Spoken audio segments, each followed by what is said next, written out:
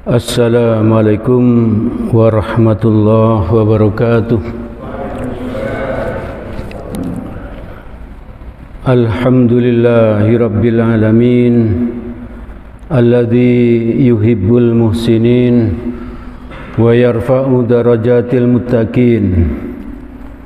Ashhadu an la ilaha illallah wahdahu la syarikalah wa ashhadu anna Muhammadan abduhu wa rasuluh la nabiyya ba'dah. Allahumma salli ala Muhammad wa ala alihi wa ashabihi wa man tabi'ahum bi ihsanin ila yaumiddin. Qala Allah ta'ala fi kitabil karim, a'udzu billahi minasy syaithanir rajim. Bismillahirrahmanirrahim. Ulaika humul warithun alladzina yarithunal firdaus hum fiha khalidun. Ibu bapak, saudara-saudara jamaah Masjid Al-Muhajirin yang dirahmati oleh Allah, mari kita senantiasa terus bersyukur kepada Allah karena Allah telah memberikan nikmat-Nya yang sangat banyak kepada kita. Nikmat sehat, nikmat waktu luang, nikmat kesempatan hidup, dan kita juga harus bersyukur karena Allah memilih kita untuk bisa hadir ke tempat ini, ke masjid ini. Setidaknya ada dua keutamaan ya. Saya sampaikan tadi setidaknya ada dua keutamaan, berarti bisa lebih dari itu ya, dengan kehadiran kita ke masjid ini ya. Yang pertama, di dalam hadis riwayat Muslim nomor 666 dari Abu Hurairah radhiyallahu an, Rasulullah sallallahu alaihi wasallam bersabda, barang siapa bersuci di rumahnya kemudian berjalan ke salah satu rumah Allah, masjid atau mushola, untuk melaksanakan kewajiban yang telah ditetapkan oleh Allah, maka langkah-langkahnya itu dihitung yang satu untuk menghapus kesalahan, untuk menghapus dosa-dosa, dan yang satunya lagi untuk meninggikan derajat kita. Lalu keutamaan yang kedua yang bisa kita dapatkan dengan hadirnya kita ke masjid ini pada malam ini, karena malam ini kita juga menghadiri suatu kajian, suatu majelis ilmu, seperti tadi malam juga, seperti tadi pagi juga gitu ya. Maka bisa jadi kita ini menjadi salah seorang yang dimaksud oleh Nabi di dalam hadis riwayat Bukhari dan Muslim. Rasulullah sallallahu alaihi wasallam bersabda, "May yuridillahu bihi khairan yufaqihu fid din." Artinya, barang siapa yang Allah inginkan kebaikan kepadanya, maka Allah akan mudahkan bagi dia untuk memahami ilmu agama. Pak, saudara-saudara yang dirahmati oleh Allah, insya Allah tidak sampai 5 bulan lagi, mari kita persiapkan Ramadan yang akan datang ini ya. Ramadan yang akan datang ini tidak sampai 5 bulan, itu waktu yang sangat cepat ya, waktu yang sangat cepat. Berarti apa? Kita sudah melewati Ramadan yang lalu itu sudah 7 bulan, berarti sudah 7 bulan. Berarti lebih banyak yang kita lewati, lebih dekat ke Ramadan yang akan datang. Maka mari kita perbanyak berdoa. Salah satu doanya dari hadis riwayat Ahmad dari sahabat Anas bin Malik. Insyaallah Bapak Ibu sudah hafal semua. Nah, doa ini, Allahumma barik lana fi Rajabi wa Sya'bana wa ballighna Ramadan. Itu hadis riwayat Ahmad dari Anas bin Malik. Ya Allah, berkahilah kami di bulan Rajab. Bulan Rajab itu berarti 2 bulan lagi insyaallah. Dan di bulan Sya'ban, ya. Serta sampaikanlah kami ke bulan Ramadan. Maka mari kita ingat lagi Quran surat kedua ayat 183. Ini pun Bapak Ibu insyaallah sudah hafal semua ini ya. Setiap menjelang Ramadan, setiap Ramadan ini selalu dibaca oleh para ustadz. Quran surat kedua ayat 183. A'udzu billahi minasyaitonir rajim. Ya ayyuhalladzina amanu kutiba alaikumus syiyam kama kutiba alal ladzina min qablikum la'allakum tattaqun.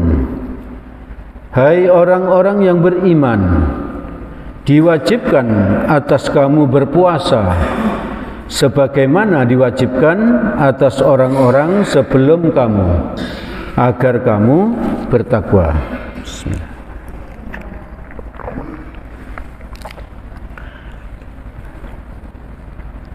Dari ayat di atas itu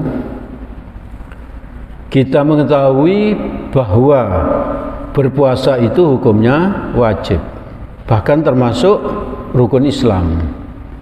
Berarti kalau kita tinggalkan tanpa uzur, itu berarti dosa besar. Tujuan orang berpuasa itu agar kita bertakwa. Salah satunya agar kita bertakwa. Nanti kita bisa sampaikan bagaimana orang yang bertakwa itu, bagaimana orang yang puasanya sukses ya. Puasanya sukses berarti orang itu menjadi orang yang bertakwa. Untuk mencapai tujuan ini ada syaratnya ya. Selain syarat puasa itu sendiri ya, yaitu syaratnya harus beriman ya, harus beriman. Tidak cukup Islam saja ya, tidak cukup Islam saja. Tingkatannya kan karena orang itu bersahadat itu berarti orang itu dinamai Islam ya, dinamai Islam. Dengan kualifikasi tertentu nanti meningkat menjadi orang yang beriman. Lalu meningkat lagi menjadi orang yang bertakwa, menjadi orang bertakwa. Mari kita penuhi apa-apa yang dituntut, syarat-syarat apa yang dituntut agar kita bisa disebut sebagai orang yang beriman, agar dengan puasa ini nanti kita menjadi orang yang bertakwa. Cukup banyak di Al-Quran ciri-ciri dari orang yang beriman ini. Karena waktunya masih lama, masih cukup, makanya kita sampaikan pelan-pelan agar kita menjadi ingat kembali ya. Ingat kembali, saya bilang ingat kembali, karena apa? Karena memang materi ini sangat sering kita sampaikan, sangat sering. Bukan masalah seringnya yang penting ya, tapi yang penting itu adalah apa? Apakah kita sudah bisa mengamalkannya, mengamalkan dengan ikhlas ya, dengan ikhlas. Mungkin sudah mengamalkan, tapi belum ikhlas. Maka mulai tahun ini mari kita berusaha untuk lebih ikhlas, lebih ikhlas. Yang pertama, insya Allah banyak sekali ya. Di malam ini mungkin beberapa kita sampaikan untuk menyegarkan kembali ingatan kita. Satu, orang yang beriman itu adalah orang yang sholatnya khusyuk. Orang yang sholatnya khusyuk. Siapa yang tahu kalau kita itu sholatnya khusyuk? Hanya dua yang tahu ya, yaitu Allah dan kita sendiri ya. Allah dan kita sendiri. Orang lain nggak tahu apakah saya ini sholatnya khusyuk ya. Tadi waktu saya ngimami apakah saya khusyuk, nggak ada yang tahu ya. Yang tahu saya apakah saya ngelamun gitu. Apakah saya ingat sesuatu yang tertinggal di rumah gitu. Itu yang tahu saya. Maka itu sehabis sholat kita disunnahkan untuk apa? Untuk istighfar 3 kali. Astagfirullah, astagfirullah, astagfirullah. Itu menunjukkan apa? Bahwa kita itu apa? Beristighfar atas segala sesuatu yang kita alami sebelumnya, termasuk ketidakhusyuan sholat kita sebelumnya itu. Jadi yang tahu kalau kita ini sholatnya khusyuk atau tidak itu Allah dan kita sendiri ya. Menurut Quraisy Shihab, orang yang sholatnya khusyuk itu adalah mereka itu sepenuh hati menghadap kepada Allah. Itu yang pertama. Yang kedua, merasa takut ya. Merasa takut kepada Allah, takut soal sholatnya tidak diterima. Maka apa? Kita persiapkan dengan sebaik-baiknya ya. Kita persiapkan dengan sebaik-baiknya untuk sholat. Kita pikirkan dengan baik, dengan betul. Jangan sampai pakaian kita bisa menyebabkan orang lain menjadi tidak khusyuk misalnya. Kita misalnya memakai kaos yang di belakangnya ada gambar singa misalnya. Nah itu kan bisa membuat apa? Orang lain di belakang kita tidak khusyuk. Perhatiannya bisa tertuju ke kaos kita. Maka kita pikirkan saya harus memakai ini. Agar apa? Agar orang yang di belakang saya tidak terganggu. Misalnya seperti itu. Bukannya tidak boleh, tapi apa? Khawatir bisa mengganggu orang lain, jamaah yang lain. Lalu merendah dan tunduk secara mutlak kepada Allah. Merendah dan tunduk secara mutlak kepada Allah. Tidak boleh ada sok merasa khusyuk, tidak boleh.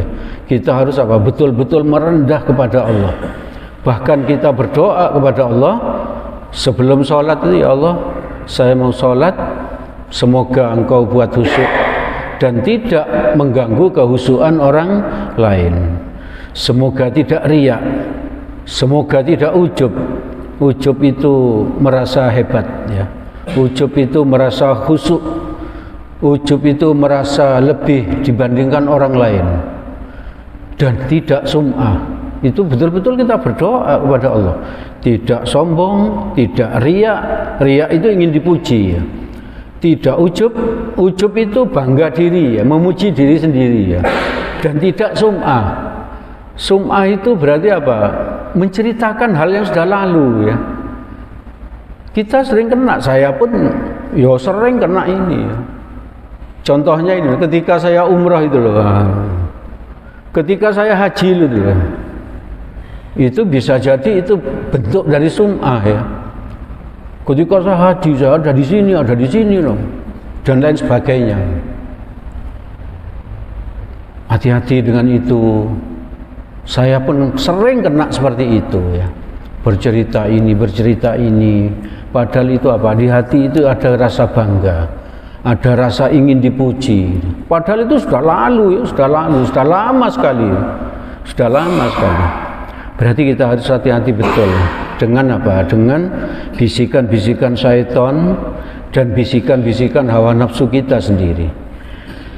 Lalu yang kedua, ciri-cirinya bahwa kita itu beriman dan nanti punya peluang untuk menjadi orang yang bertakwa.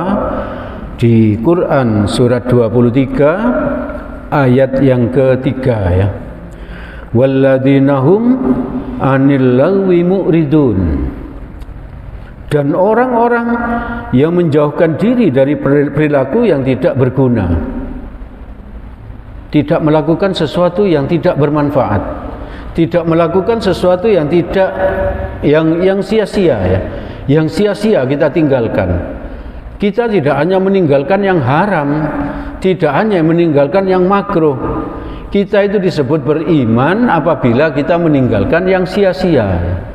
Yang sia-sia, yang tidak ada gunanya, yang tidak ada gunanya. Ini yang agak berat kan yang terakhir ini, meninggalkan yang sia-sia, tidak ada manfaatnya. Berbicara tidak ada manfaatnya kita tinggalkan. Bisa jadi orang lain menganggap kita ini sombong ya. Kita menganggap kita ini sombong, tidak bergaul dengan orang lain ya, dan lain sebagainya. Di antara tanda baiknya seorang muslim itu adalah meninggalkan yang sia-sia. Meninggalkan yang sia-sia. Kalau meninggalkan yang haram itu memang sudah seharusnya ya. Memang sudah seharusnya. Ini hadis riwayat Tirmizi nomor 2317, Ibnu Majah nomor 3976 dari Abu Hurairah radhiyallahu an, Nabi Muhammad sallallahu alaihi wasallam bersabda, min husni islamil mar'i tarkuhu ma la ya'ni.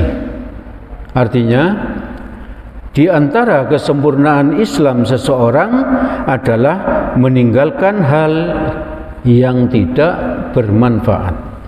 Jadi sesuai dengan apa? Sesuatu yang sia-sia. Yang ketiga, Quran surat 23 ayat ke-4. Ini surat 23 ayat ke-1 sampai ke-10, insyaallah ke-11 malah itu berbicara tentang orang yang beriman. Nanti sedapat mungkin kita sampaikan beberapa aja. Walladzina hum lizzakati fa'ilun. Dan orang-orang yang menunaikan zakat. Zakat itu berarti ada dua ya. Zakat fitrah, zakat fitri, dan zakat mal ya. Kalau yang lain-lain itu bisa bernama sedekah, bisa bernama infak gitu. Jadi zakat itu berarti zakat mal. Zakat mal itu ada syaratnya. Syaratnya apa? Sudah dimiliki harta itu selama 1 tahun, dan yang kedua mencapai nisab. Emas nisabnya sekian. Terus apa? Perniagaan nisabnya sekian. Terus pertanian itu nisabnya sekian. Kalau pakai irigasi nisabnya sekian. Kalau apa? Kalau tidak pakai irigasi sekian, dan seterusnya itu. Jadi ada itu. Nah, kalau kita belum melaksanakan itu berarti kita belum apa? Belum beriman menurut ayat ini ya. Belum beriman. Ibu bapak yang punya kelebihan harta di bank itu dihitung ini ya, dihitung betul ya. Apakah sudah mencapai nisab ya? Kalau sudah mencapai, jangan ragu, keluarkan ya, keluarkan zakatnya. Pasti Allah akan membuatnya berkah ya, akan membuatnya barokah. Minimal itu apa? Tidak akan berkurang harta orang yang berzakat, berinfak ya. Yang keempat, ciri-ciri yang keempat adalah Quran surat 23 ayat yang kelima. Walladzina hum li furujihim hafidun. Dan orang-orang yang menjaga kemaluannya, tidak berzina, tidak sodomi, tidak homoseks ya. Yang kelima, ciri-ciri yang kelima yaitu Quran surat 23 ayat 8. Saya baca artinya. Dan orang-orang yang memelihara amanah-amanah yang dipikulnya. Kalau jadi ketua RT harus amanah, jadi pengurus takmir masjid harus amanah, jadi bupati harus amanah, jadi presiden harus amanah. Kalau enggak, dimintai pertanggungjawaban. Dimintai pertanggungjawab. Di samping itu apa? Kalau tidak disebut sebagai orang yang beriman, atau setidaknya imannya kurang sempurna. Imannya kurang sempurna. Dan yang keenam adalah surat ke-23 ayat ke-9, dan orang-orang yang memelihara solatnya. Kalau tadi itu khusyuk, sekarang memelihara solat. Solat di awal waktu ya, itu namanya memelihara solat. Rukunnya betul-betul dijaga ya, betul-betul dijaga di awal waktu. Terutama yang pensiunan itu barangkali lebih mudah untuk bisa menjaga ini ya. Adzan langsung ke masjid, adzan langsung ke masjid itu, dan seterusnya ya. Mudah-mudahan yang pensiunan bisa melakukan seperti itu, dan itu menurut Nabi merupakan apa? Amalan yang utama. Ibu bapak, saudara-saudara yang dirahmati oleh Allah, itu merupakan ciri-ciri dari orang-orang yang beriman. Mari kita latih beberapa bulan ke depan ini agar nanti kita memasuki bulan Ramadan kita termasuk orang yang beriman, yaitu khusyuk di dalam sholat. Yang kedua, menjauhkan diri dari perilaku yang sia-sia, menunaikan zakat. Yang keempat, menjaga kemaluan dari perzinahan. Yang kelima, memelihara amanah dan janjinya. Yang keenam, memelihara solat di awal waktu. Semoga Allah memudahkan bagi kita untuk bisa mengamalkan ini semua. Itu yang bisa kami sampaikan pada kesempatan ini. Segala yang baik dan benar itu berasal dari Allah Subhanahu wa ta'ala. Semoga ada manfaatnya bagi kita. Semoga Allah menolong kita agar kita bisa mengamalkannya. Amin. Apabila ada salahnya, saya mohon maaf yang sebesar-besarnya. Diingatkan kepada ibu bapak yang ingin berkorban, bisa menghubungi Bapak Sofyan atau Ibu Junaidi. Mari kita tutup dengan doa kafaratul majlis. Subhanakallahumma wa bihamdik asyhadu an la ilaha illa anta astaghfiruka wa atubu ilaik. Billahi taufik wal hidayah. Assalamualaikum warahmatullahi wabarakatuh.